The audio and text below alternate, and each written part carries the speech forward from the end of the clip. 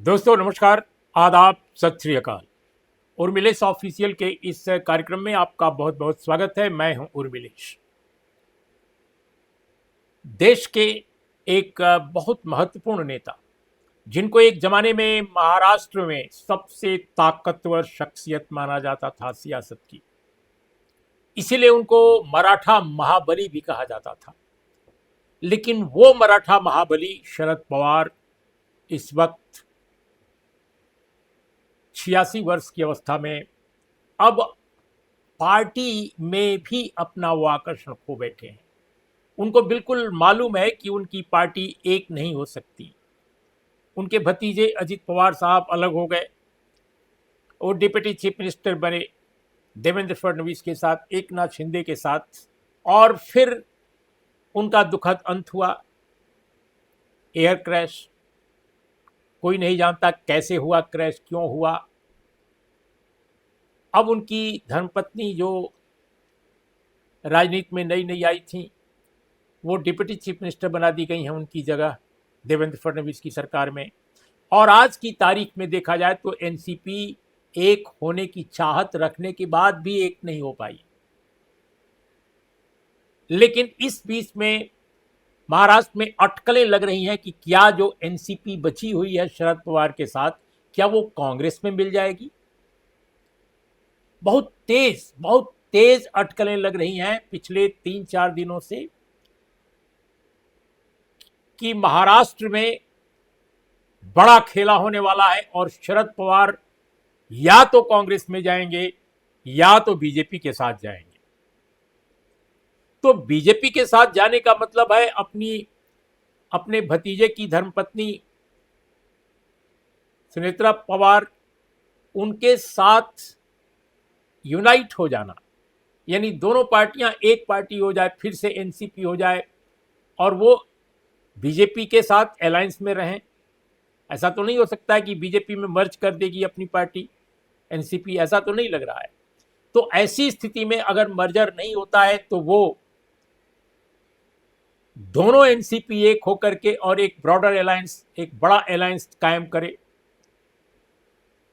शरद पवार क्या करेंगे कोई नहीं जानता, क्योंकि इधर भी देख रहे हैं उधर भी देख रहे हैं। वो इधर जाएंगे कि उधर जाएंगे ये शायद उन्होंने अभी तय नहीं किया है। लेकिन उनके अलग रहने का अब कोई राजनीतिक औचित्य नहीं नजर आ रहा है। एक जर्नलिस्ट के तौर पे जिसने महाराष्ट्र लंबे समय तक कवर किया है, कई बार मैं महाराष्ट्र कवर किया हूं, कई मौकों पर लंबे लंबे दौरे और इलेक्शंस मैंने कई वहां किया है, बहुत प्रमुख नेताओं से बातचीत की है, बहुत वर्षों पहले से लगातार मैं जाता रहा हूं। तो दोस्तों मैं ये कह सकता हूं कि शरद पवार जी की पार्टी के अब अलग रहने का कोई बड़ा राजनीतिक औचित्य नहीं है। जिस बीजेपी को ये लोग बहुत छोटी पार्टी एक जमाने में मानते थे, और थी भी, भारतीय जनता पार्टी महाराष्ट्र में बहुत छोटी पार्टी थी। ये बाला साहब ठाकरे जब थे तो उनकी जो शिवसेना थी उसके कंधे पर सवार होकर के महाराष्ट्र में आई। जैसे किसी बच्चे को एक बड़ा आदमी मेला दिखाने जाता है या शहर दिखाने जाता है तो गांव से, तो वो अपने कंधे पर बिठा लेता है। तो उसी तरह से महाराष्ट्र में भारतीय जनता पार्टी जो आई तो बाला साहब ठाकरे के कंधे पर चढ़कर आई, उनकी पार्टी के कंधे पर चढ़कर आई। और आज हालत यह है कि शिवसेना 2 खंडों में बांट दिया है। बीजेपी ने इतनी ताकतवर हो गई है कि आज उसका न केवल चीफ मिनिस्टर है, बल्कि वो महाराष्ट्र के तीनों हलकों में, वेस्टर्न महाराष्ट्र, विदर्भा, मराठवाड़ा, हर जगह उसकी तोती बोल रही है। एक जमाना था कि आरएसएस नागपुर में बैठता था, आज भी बैठता है, वहीं हेडक्वार्टर वही है, लेकिन इसके बावजूद बीजेपी का कोई बड़ा राजनीतिक वजूद नहीं था। लेकिन ये चमत्कार पिछले 15 सालों में हुआ है, और ये जो 15 साल हैं वो शरद पवार साहब और उनकी पार्टी के लिए निश्चित रूप से लगातार उनके पतन की पूरी कहानी एक तरह से हर एक साल लिखता गया है। हर साल पार्टी धीरे धीरे कमजोर होती गई है। 1999 में ये पार्टी 10 जून को जब बनी थी तो मुझे अच्छी तरह याद है कि मैं एनसीपी क्यों बन रही है, कैसे बन रही है, इस पर मैं उन दिनों लिख रहा था, हम कवर कर रहे थे। 3 बड़े नेता एनसीपी के थे उस समय, जिन्होंने कांग्रेस से अलग होकर पार्टी बनाई। एक थे शरद पवार, दूसरे थे पीए संगमा और तीसरे थे तारिक अनवर साहब। तारिक अनवर साहब किन्हीं कारणों से नाराज थे। शरद पवार का मुख्य दर्द ये था कि उनको बड़ा ओहदा नहीं मिल रहा है, और पीए संगमा कई बार रूठते थे, कई बार खुश होते थे, कोई ठिकाना उनका नहीं रहता था। तो 1999 में जब ये पार्टी बनी 10 जून को, तो सोनिया गांधी के विदेशी मूल के सवाल को उठा दिया इस पार्टी के नेताओं ने, जो बेमतलब था। अरे भाई, इसके पहले भी सोनिया गांधी के साथ आप कोई दिक्कत नहीं थी, कोई समस्या नहीं थी, लेकिन बेवजह उठाया गया। बेवजह इसलिए उठाया गया कि कोई और मामला था, और तो दूसरा मामला बना दिया गया। किसी दूसरे मुद्दे को न उछालकर इस मुद्दे को उछाला गया ताकि भारतीय जनता पार्टी, इनफैक्ट सच यही है कि एक जमाना था दोस्तों कि जनसंघी लोग जो थे ये सवाल बहुत उठाते रहते थे, सोनिया गांधी का विदेशी मूल। तो उसी एक तरह से उसी हवा में ये सवाल भी उठाया गया, जिसका कोई अर्थ अब वही नेता नहीं मानते, क्योंकि आज की तारीख में सोनिया गांधी को बहुत बहुत बहुत महत्वपूर्ण नेता मानते हैं। और यूपीए 1 यूपीए 2 तो जो भी कुछ हासिल किया गया वो सोनिया गांधी के कारण किया गया, क्योंकि सोनिया गांधी ही नेता थी उस समय कांग्रेस की।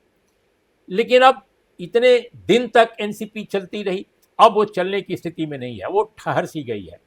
जिस तरह उम्र के इस पड़ाव में आकर शरद पवार अब पहले की तरह डायनेमिक नहीं रह सकते, पहले की तरह एक्टिव नहीं रह सकते। उनकी पार्टी भले ही लंबी उम्र वाली पार्टी नहीं है, लेकिन अब वो वाकई शरद पवार के कमज़ोर होने के साथ वो भी कमज़ोर हो चली है। और सुप्रिया सुले उनकी बहुत सुयोग्य सुपुत्री,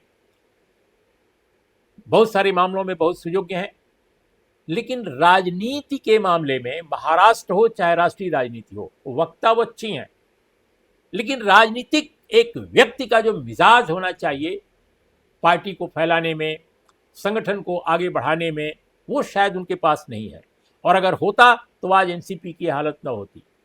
तो इसलिए शरद पवार चाहते हैं कि सुप्रिया सुले राजनीतिक तौर पे वो सिक्योर रहें, उनकी पार्टी में उनकी हैसियत बनी रहे, राष्ट्रीय राजनीति में भी हैसियत बनी रहे। इसके लिए दो रास्ते उनको दिखाई दे रहे हैं, या उनके जो एडवाइजर्स हैं या उनके जो मित्र हैं वो सुझा रहे होंगे इस तरह की बात। तो बताया जाता है कि शरद पवार अब दो ही रास्ते वो देख रहे हैं, अपनी पार्टी को बचाने, या अपनी पार्टी का जो पूरा का पूरा कुनबा है और साथ में अपनी जो एक सल्तनत है व्यक्तिगत तौर पे, चाहे वो बिजनेस में हो, सियासत में हो, या जिस क्षेत्र में भी हो, वो भी कैसे प्रोटेक्टेड रहे। तो एक तो बहुत साफ बात है कि एनडीए के साथ जाएंगे तो सब कुछ प्रोटेक्शन रहेगा, न तो ईडी आएगी, न सीबीआई आएगी, न कुछ आएगा न कुछ आएगा। अच्छा, ये सभी जानते हैं कि पवार फैमिली के पास बहुत बड़े बिजनेस इंटरेस्ट भी उन लोगों के हैं। सुप्रिया सुले के हस्बैंड भी काफ़ी बड़े कारोबारी हैं। अभी सुप्रिया सुले की जो छोटी बेटी हैं, उनकी शादी भी एक बहुत बड़े कारोबारी परिवार में हुई है, और वो कारोबारी जो परिवार है नागपुर का है और आरएसएस के बहुत करीब है। तो जाहिर है उस कनेक्शन का भी इस्तेमाल हो रहा होगा या नहीं हो रहा, हम नहीं जानते। लेकिन निश्चित रूप से एनडीए में अगर एनसीपी जाती है एनडीए के साथ, तो जहाँ तक प्रोटेक्शन का सवाल है वो तो बरकरार रहेगा, वो काफ़ी कामयाब रहेगा, इसमें कोई दो राय नहीं है। लेकिन शरद पवार राजनीतिक तौर पे भाजपाई कभी नहीं रहे, भाजपा के साथ उस तरह से वो नहीं जुड़ना चाहे कभी। 2020 में तो होता गया, लेकिन अगर देखा जाए तो शरद पवार साहब जो है वो अभी भी, उनका मन यही करता है कि जो गलतियां अतीत में हो गई, लेकिन अब हम सेकुलर ब्रिगेड के साथ रहें। और उनमें अभी उनको राहुल गांधी में एक संभावना नजर आती है कि राहुल गांधी शायद कांग्रेस को फिर से बचा लें। तो ऐसी स्थिति में उनको ये लगता है कि कांग्रेस में भी जाया जा सकता है, और सुप्रिया सुले को अगर कांग्रेस में एक अच्छी पोजीशन मिल जाती है, जैसे पार्टी जनरल सेक्रेटरी, पार्टी उपाध्यक्ष, इस तरह का कोई पद, और प्लस महाराष्ट्र में कांग्रेस का जो भी अध्यक्ष बने या कांग्रेस पार्टी की जो वर्किंग कमेटी बने महाराष्ट्र में, उसमें एनसीपी का जो कुनबा है उसको अच्छी रिप्रेजेंटेशन मिले, कहने का मतलब यह है कि महाराष्ट्र में कांग्रेस पार्टी जो जिस तरह का संगठन चलाए, जो भी फैसले करे, उसमें पवार फैमिली डोमिनेंट बनी रहे, ये चाहते हैं पवार। यानी पवार चाहते हैं सुप्रिया सुले की एक अच्छी स्थिति हो पार्टी में, राहुल गांधी एक्सेप्ट करें, राहुल गांधी उनको महत्वपूर्ण माने, और दूसरी तरफ महाराष्ट्र में शरद पवार के खेमे को, शरद पवार की पार्टी को, शरद पवार के परिवार को महत्व दिया जाए। अब ये दो शर्तें कैसे मानेंगे कांग्रेस पार्टी के लोग और क्यों मानेंगे, ये एक सोचने का विषय है। जहां तक सुप्रिया सुले का सवाल है, उनको तो पद देना कांग्रेस पार्टी के लिए बहुत आसान है, उसमें कोई दिक्कत नहीं है, she is a good parliamentarian. लेकिन जहां तक संगठन को हैंडओवर करना है शरद पवार परिवार के हाथों पूरे कांग्रेस पार्टी को, ये तो मुझे नहीं लगता है कि कांग्रेस इस पर तैयार होगी। कांग्रेस पार्टी में कई ऐसे नेता हैं जो इस बात को बिल्कुल सिरे से खारिज करते हैं कि ऐसा होना चाहिए। मैंने कुछ लोगों से फोन पर बात की है आज, उसमें मराठवाड़े के भी कुछ नेता हैं और कुछ विदर्भा के हैं। वेस्टर्न महाराष्ट्र के नेताओं से मेरी बात नहीं हो सकी, लेकिन मराठवाड़ा और विदर्भ के लोग बिल्कुल नहीं चाहते कि शरद पवार के रामो करम पर कांग्रेस पार्टी को खड़ा किया जाएगा। तो ये एक पहलू है। मैं नहीं जानता कि इस पर शरद पवार तैयार होंगे कि नहीं होंगे। तो ऐसे में ये एक लेकिन जरूर है कि सिक्योर भी नहीं रह पाएंगे, माने उनकी फैमिली को उतनी सिक्योरिटी भी नहीं रहेगी कांग्रेस के साथ जाने में, क्योंकि कांग्रेस विपक्ष में है और कौन जाने कब तक विपक्ष में रहे। तो ये जो स्थिति है आज के दौर में कि कब किसको परेशान किया जाने लगे, कब सरकार किस पर नाराज हो जाए, कब ईडी भेजने लगे, कब सीबीआई भेजने लगे, कोई ठिकाना नहीं है। तो वो सिक्योरिटी तो कांग्रेस में जाने से नहीं मिलेगी, बल्कि इनसिक्योरिटी बढ़ जाएगी। लेकिन हाँ, एक चीज जरूर है कि शरद पवार फैमिली का गौतम अडानी फैमिली से बहुत गहरा रिश्ता है, बहुत गहरा। बहुत सारे लोग तो ये मानते हैं जो अडानी कारपोरेट हाउस की हिस्ट्री को ज़्यादा जानते हैं अच्छी तरह। मैं तो कारपोरेट हिस्ट्री का समझ रखने वाला पत्रकार हूँ नहीं, मैं तो पॉलिटिकल इश्यूज़ को देखता हूँ। लेकिन जो लोग कारपोरेट हिस्ट्री देखने वाले पत्रकार हैं वो मानते हैं कि शरद पवार ने एक तरह से महाराष्ट्र में गौतम अडानी को खड़ा किया था एक दौर में। आप सब जानते हैं कि बहुत पहले वो चीफ मिनिस्टर जब बने थे, 37 साल 38 साल की उम्र में बन गए थे चीफ मिनिस्टर शरद पवार, बहुत कम उम्र में। तो माना यह जाता है कि शरद पवार के बहुत सारे एहसान गौतम अडानी पर हैं। तो इसलिए माना यह जा रहा है कि वो कांग्रेस में भी अगर रहेंगी सुप्रिया सुले या उनका परिवार कांग्रेस में भी रहेगा, तब भी उनके परिवार पर उतना बड़ा संकट नहीं आने वाला है, क्योंकि बचाने वाले लोग हैं, बीच बचाव कराने वाले लोग हैं। लेकिन एनडीए में जाने पर जाहिर है फायदा होगा, लेकिन पार्टी शायद खत्म हो जाएगी। यानी जो ग्रुप है शरद पवार का महाराष्ट्र में, वो तो खत्म हो जाएगा। भारतीय जनता पार्टी की ये जरूर विशेषता है कि जो पार्टियां उनके साथ जाती हैं, कुछ दिन तक तो उनका बड़ा सम्मान होता है, बड़ी आवभगत होती है, लेकिन धीरे धीरे वो पार्टियां विलोप का शिकार हो जाती हैं, यानी विलुप्त होने लगती हैं। अब इसके अनेक उदाहरण हैं, मैं एक दो उदाहरण जिस प्रदेश में कहिए उसमें मैं 2-4 उदाहरण आपको दे दूंगा, इसमें कोई दिक्कत नहीं है। आप बिहार को ही देख लीजिए, कितनी बड़ी पार्टी थी जेडीयू, आज क्या हाल है, आज उसका क्या हाल है। एक ज़माने में शिवसेना कितनी बड़ी पार्टी थी, एक ज़माने में गोवा की महाराष्ट्रवादी गोमांतक पार्टी कितनी बड़ी पार्टी थी, आप सब जानते हैं। तो दोस्तों, इसलिए इसका उदाहरण देने का कोई औचित्य नहीं है। लेकिन एक बात शरद पवार को तो उनसे ज़्यादा कौन जानेगा, राजनीति के बड़े माहिर खिलाड़ी हैं, कि बीजेपी की तरफ जाने का मतलब है राजनीतिक वजूद खो देना। ऐसे में कौन जाने कि शरद पवार वाकई इधर जाएंगे कि उधर जाएंगे।